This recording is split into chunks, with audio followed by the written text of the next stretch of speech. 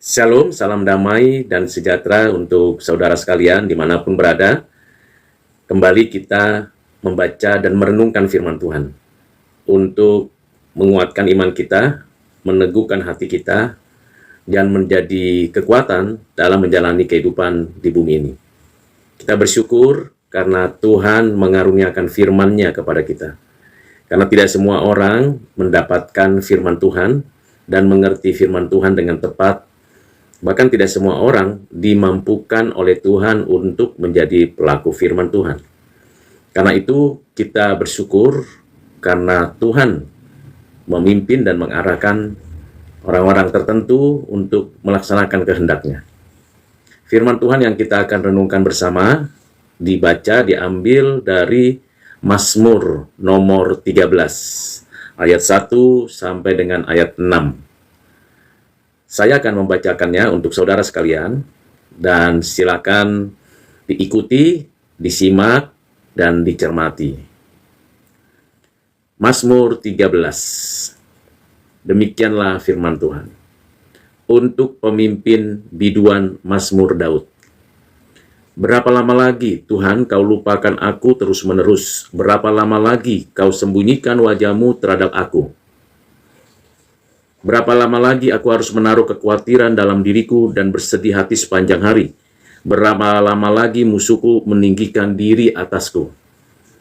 Pandanglah kiranya, jawablah aku ya Tuhan Allahku. Buatlah mataku bercahaya supaya jangan aku tertidur dan mati.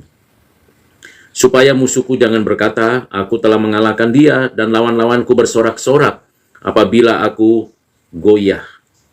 Tetapi aku, kepada kasih setiamu, aku percaya. Hatiku bersorak-sorak karena penyelamatanmu. Aku mau menyanyi untuk Tuhan, karena Ia telah berbuat baik kepadaku. Demikian firman Tuhan yang kita baca, dengarkan. Dan mari kita bersama merenungkannya, merefleksikannya. Izinkan saya sebagai seorang Kristen untuk mencoba memahami apa yang Tuhan ajarkan untuk kita masing-masing. Dari 6 ayat yang dituliskan berdasarkan inspirasi Roh Kudus, pemazmur memberikan kepada kita beberapa pembelajaran. Ada 3 bagian pembelajaran yang utama. Ayat 2 sampai dengan ayat 4 berbicara tentang pengharapan di tengah-tengah kesulitan. Dalam doa disampaikan oleh pemazmur. Pada bagian yang kedua, kita akan belajar mengenai apa tujuan yang sesungguhnya dari permohonan doa kita, pengharapan kita. Dan pelajaran yang ketiga ialah sikap kita sebagai orang percaya di dalam doa dan permohonan kita. Mari kita telusuri bagian pertama, yaitu pengharapan dalam doa-doa kita. Ayat 2 sampai dengan ayat 4, pemazmur menanyakan kepada Tuhan seperti seorang yang mengajukan permohonan agar kiranya diperkenan mendapatkan jawaban, mendapatkan pertolongan, dan mendapatkan kekuatan. Karena dinyatakan oleh pemazmur, berapa lama lagi? Berapa lama lagi? Pemazmur tidak sabar menanti-nantikan jawaban Tuhan. Karena desakan, tekanan, dorongan dari segala pihak, khususnya dari orang-orang yang tidak percaya, yang menzolimi dia, yang menganiaya dia, atau yang membuat dirinya kesulitan, kesusahan, ketidakberdayaan. Dengan satu kondisi itu, pemazmur bertanya kepada Tuhan, berapa lama lagi ini dapat bisa selesai, dapat berlalu, seperti Tuhan Yesus dalam doanya di Getsemani, jikalau mungkin ya Bapa, lalukanlah cawan ini dari hadapanku. Sampai 3 kali Tuhan dalam doanya di Getsemani meminta. Dan di akhir permohonan itu, Tuhan akhirnya menyatakan pernyataan iman yang kita perlu pelajari, kehendak-Mu yang jadi. Suatu penyerahan total kepada Tuhan. Penyerahan total yang sungguh ini perlu dan penting. Pemazmur di ayat 2 dan 4 ini sampai mengungkapkan 2 kali. Berapa lama lagi Tuhan? Berapa lama lagi? Sudah sesak, sudah tak berdaya, sudah tak sanggup menanggung kesulitan, kesusahan, ketidakmampuan. Mungkin kalau kita mau relevansikan atau kaitkan dengan kehidupan kita sehari-hari, kita seringkali menanyakan itu karena pergumulan kita yang begitu berat sekali. Entah sakit, entah kemiskinan, entah ketidakberdayaan, kita bertanya terus berapa lama lagi seperti ini. Persoalannya adalah pertanyaan kita itu diajukan kepada siapa? Apakah kita menyadari kita mengajukan pertanyaan itu kepada Tuhan atau kepada diri sendiri, kepada manusia atau kepada pihak-pihak yang memiliki otoritas dalam hidup kita? Di sini pemazmur langsung menuju kepada Tuhan, karena dia tahu Tuhan adalah Tuhan yang berdaulat. Tuhan adalah Tuhan yang berkuasa atas alam semesta, bumi, manusia, dan segala isinya. Tidak ada satu inci pun di mana Tuhan tidak berkata ini miliknya. Dengan kesadaran dan pengertian yang seperti itu, pemazmur menyampaikan pernyataan, berapa lama lagi Tuhan? Engkau tahu segala sesuatunya. Engkau mengerti kesulitan dan pergumulan hidupku. Engkau memahami apa yang sedang terjadi setiap hari padaku. Karena itu aku meminta, berapa lama lagi aku bisa tahan, bisa sabar, bisa menunggu jawabanmu. Dan bahkan pemazmur mengatakan, kelupakankah aku Tuhan? Saking putus asanya ini. Sudah pada tahap frustasi dan depresi. Seringkali kan begitu. Kalau sudah tidak tahan lagi, kita berteriak kepada Tuhan minta tolong. Tuhan, kau lupa ya sama aku? Kalau kau lalukanlah aku. Bukankah kita selalu berdoa, Tuhan jangan lalukan, orang lain kau tolong, masakan aku, anak-anakmu, kau lalukan begitu saja. Tidak demikian kan saudara? Saudara yang kekasih dalam Kristus, ini adalah pergumulan sehingga ada bagian pertama ini berkaitan dengan pengharapan dan doa untuk kiranya supaya Tuhan memberikan kepadanya suatu kepastian menjalani kehidupan ini. Kepastian yang tidak akan pernah disingkirkan. Berapa lama lagi aku harus menaruh ini dalam diriku? Jadi tanda tanya. Tanda tanya ini belum tahu apa besok atau lusa. Atau memang tidak dijawab Tuhan. Tuhan mengabaikan karena memang doa-doa kita tidak berfokus pada Tuhan, tapi berfokus pada diri. Tidak berfokus untuk memuliakan Tuhan, tapi berfokus pada keinginan daging. Bisa jadi itu terjadi pada saya dan saudara.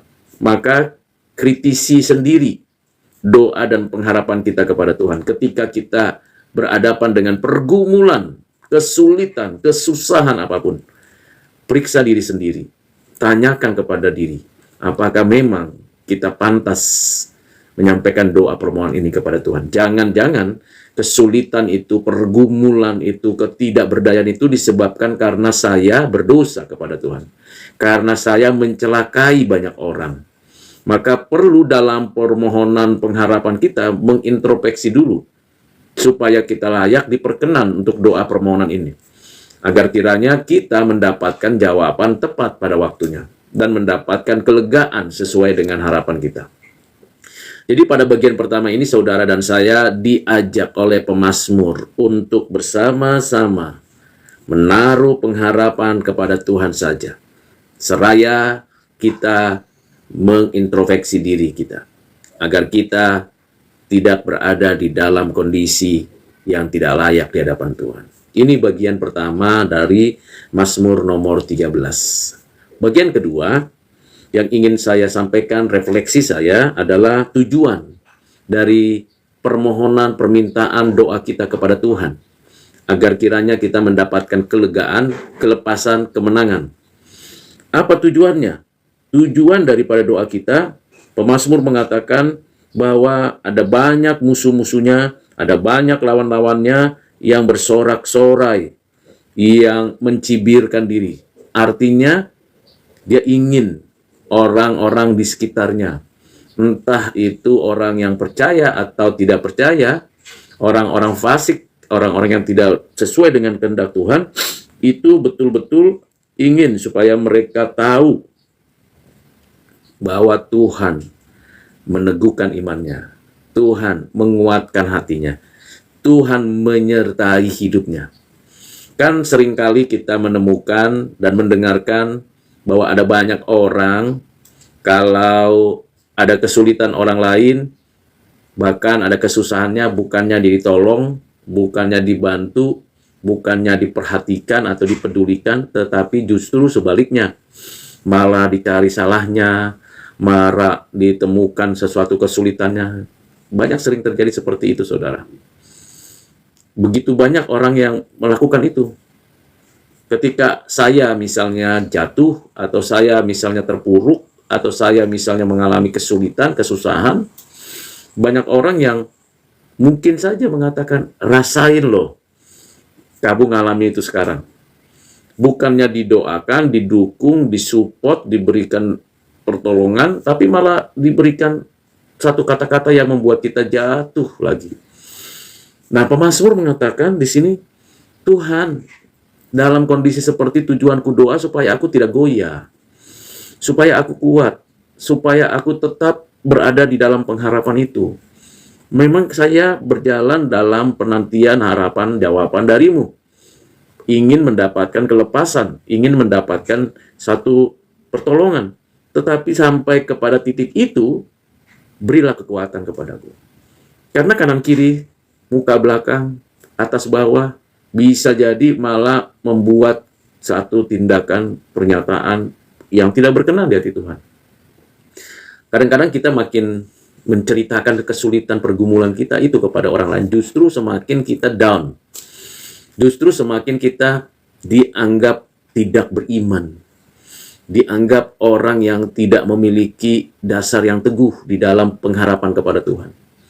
Atau lebih kejamnya lagi, ketika kita mengalami pergumulan dan kesulitan, kita langsung dituding sebagai orang yang berdosa, orang yang jahat, orang yang tidak bertuhan, dan sebagainya. Pengalaman saya, seringkali saya menghadapi orang-orang yang seperti itu. Saat saya sulit, sakit, tidak berdaya, tidak mampu melakukan ini dan itu, orang-orang sekitar itu mengatakan, rasain loh, itu kan kesalahanmu, kau bertobatlah. Iya, saya menyadari banyak kekurangan, tetapi mereka bukannya memberikan semacam kepedulian, keperhatian. Jangan harap kepedulian datang dari manusia, saudara. Saudara akan kecewa dan banyak kekecewaan muncul lagi dan hadir lagi kalau saudara dan saya hanya berharap dan hanya bergantung bahkan sepenuhnya kepada manusia. Termasuk kepada saudara sendiri, keluarga sendiri, kakak, adik, orang tua, dan semua orang-orang dekat. Jangan berharap kepada mereka, kecewa nanti. Pergumulan kita begitu banyak, mereka hanya memberi nasihat-nasihat manis, nasihat-nasihat yang indah, nasihat-nasihat yang kelihatannya baik, padahal mereka sebenarnya sedang melakukan hal-hal yang membuat kita makin jauh. Pemazmur di ayat yang kelima, Mazmur 13 ini mengungkapkan, supaya jangan berkata mereka itu, aku sudah mengalahkan mereka. Teguhkanlah imanku Tuhan. Ketika kita berjalan di tengah-tengah pencapaian yang Tuhan sedang sediakan di depan, jawaban-jawaban yang Tuhan sudah siapkan untuk kita, dalam mencapai atau menikmati itu tentu perjalanan yang panjang, mintalah kekuatan dari Tuhan. Tuhanlah sumber kekuatanku, karena tidak ada yang lain.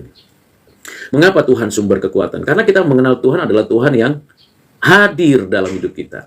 Tuhan yang penuh kuasa, Tuhan yang tidak membiarkan kita sendirian, Tuhan yang Immanuel, Tuhan yang beserta dengan kita. Bukan dengan segala kemungkinan kita mendapatkan hanya mukjizat saja, tetapi pada pun di lembah kekelaman, karena kita beserta dengan Tuhan, maka di situ kita kuat. bukan karena saya. Kita sesungguhnya di dalam Tuhan. Dan di sana pemazmur mengatakan, tujuan doaku itu Tuhan, kuatkan aku, supaya aku tidak goyah, supaya aku tidak jatuh, supaya aku tidak terpeleset berdosa. Kadang-kadang dalam doa dan permohonan kita terpeleset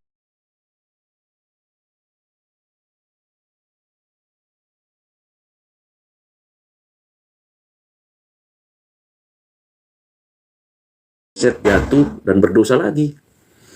Kita berpikir dengan taktik dan strategi kita bisa selesaikan masalah pergumulan ekonomi kita, relasi kita, pekerjaan kita. Kita pikir kita bisa, tapi sesungguhnya kita rapuh, saudara dan saya rapuh di dalam menghadapi kenyataan hidup itu. Itulah sebabnya pemazmur mengatakan, ya Tuhan, aku berdoa ini supaya aku tidak goyah. Karena sering goyah, saudara. Kalau udah makin ditekan, makin ditahak, makin didesak, itu bisa goyah. Sudahlah, begini saja. Tidak bisa, saudara.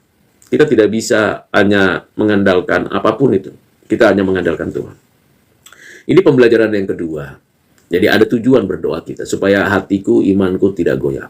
Ketiga, yaitu di ayat 6, yaitu sikap komitmen kita kepada Tuhan.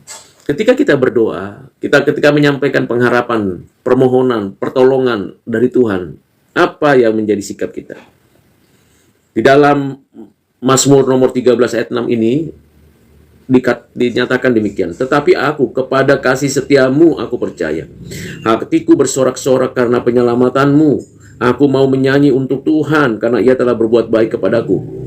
Selalu ingat, ada sikap hati, komitmen untuk menyadari kasih setia Tuhan, penyelamatan Tuhan, dan perbuatan baik Tuhan. Tuhan adalah Tuhan yang setia. Ia tidak meninggalkan ciptaannya. Kita tidak percaya dengan konsep deisme. Konsep deisme, Tuhan menciptakan segala sesuatu, memberi hidup kepada kita, lalu meninggalkan kita. Tidak peduli dengan kita, tidak perhatikan kita, kecuali kita teriak minta tolong. Tetapi Tuhan adalah Tuhan yang setia, yang menopang, menjaga hidup kita. Tuhan yang setia, karena di dalam kesetiaannya lah kita bisa setia. Saudara dan saya tidak bisa setia dengan kekuatan sendiri. Saya, saudara, siapapun orang-orang percaya bisa setia karena kesetiaan Tuhan. Bukan karena kemampuan dan kehebatan dan kebesaran hati kita.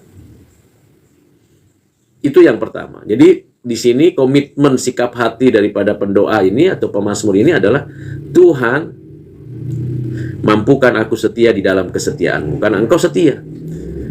Tuhan adalah Tuhan yang memelihara, menopang, memprovide semuanya. Maka di dalam itulah kita menyampaikan doa permohonan kita, supaya kita nggak goyah, setia. Kita tidak mudah setia. Setia itu bukan hanya sekedar saya berkata saya setia, tapi setia diuji dengan waktu. Waktu adalah penguji yang paling jujur dan paling kejam. Karena kita tahu dalam proses perjalanan hidup kita, kita setia atau tidak. Bangsa Israel 40 tahun di padang gurun. Berapa banyak yang setia kepada Tuhan. Dan berapa banyak yang mati di padang gurun karena ketidaksetiaan. Begitu juga dengan raja-raja di Israel. Berapa banyak mereka yang tidak setia kepada Tuhan. Yang menyembah Baal, menyembah Asitoret, menyembah dewa-dewi dan ilah-ilah asing. Begitu juga banyak orang-orang Kristen.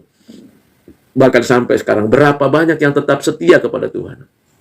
Kalau saya dan saudara bisa setia, dengan mulut mengaku, dengan hati percaya, betul-betul setia kepada Tuhan, itu karena kasih setia Tuhan. Jangan berpikir bahwa kalau kita itu bisa setia karena saya itu layak setia, tidak. Karena Tuhan. Jadi di sentral daripada kesetiaan kita adalah kesetiaan Tuhan. Yang kedua, komitmennya sebagai sikap hati kita dalam berdoa adalah bersorak-sorai karena keselamatan. Puji Tuhan. Saudara dan saya beroleh keselamatan karena anugerah Tuhan. Tuhan memberikan instrumen iman untuk percaya kepadanya. Dan keselamatan itu anugerah, bukan jasa baik saya, perbuatan baik saya, atau sesuatu yang membuat saya bisa melakukan sesuatu, lalu saya diperkenan untuk bisa sebagai seorang yang diselamatkan, tidak. Keselamatan itu anugerah, sepenuhnya pertolongan Tuhan, sepenuhnya penyertaan Tuhan. Kalau Tuhan menyelamatkan saya, apa pantas? Kita ingin semua orang diselamatkan. Kita ingin semua orang beroleh keselamatan dan bersorak-sorai. Tetapi ketahuilah, keselamatan kita anugerah bukan karena saya, bukan karena saudara punya kemampuan diselamatkan, tidak. Sepenuhnya benar-benar itu anugerah Tuhan. Sola gratia. Dan instrumen iman itu dikaruniakan kepada kita. Sehingga melalui iman kita percaya kepada Kristus yang menyelamatkan kita. Dan dalam sikap komitmen itulah kita berdoa, saya diselamatkan. Mengapa saya diselamatkan? Why? Why? Pertanyaan ini penting ya. Penting untuk saya dan saudara pikirkan, why? Mengapa saya diselamatkan? Bukankah ada banyak orang yang jauh lebih baik, lebih cerdas, lebih pintar, lebih berwibawa, lebih dari segala yang mungkin ada di dalam diri kita? Saya kurang, saya lemah, saya terbatas. Why? Mengapa? Nggak pantas nih saya diselamatkan. Nggak layak nih saya mendapatkan perhatian Tuhan, mendapatkan hidup yang baru. Itu adalah perenungan yang mendalam. Sebab itu pemazmur mengatakan dengan sikap yang benar, mengerti tentang keselamatan itu anugerah, mengerti bahwa keselamatan itu hanya di dalam dan melalui Yesus Kristus, dengan iman yang dikaruniakan kepadanya, maka seorang pemazmur dalam doa bersorak-sorai. Jadi ada paradoks. Di permohonannya, pemazmur seolah-olah tidak memiliki kekuatan iman. Berapa lama lagi Tuhan? Berapa lama lagi Tuhan?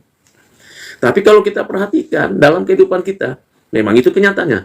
Namun dalam posisi kita sekarang, kita juga bersandar bahwa saya diselamatkan berdasarkan belas kasihan Tuhan. Bukan karena kekuatan kita. Dan itulah sorak-sorai kita. Terima kasih Tuhan.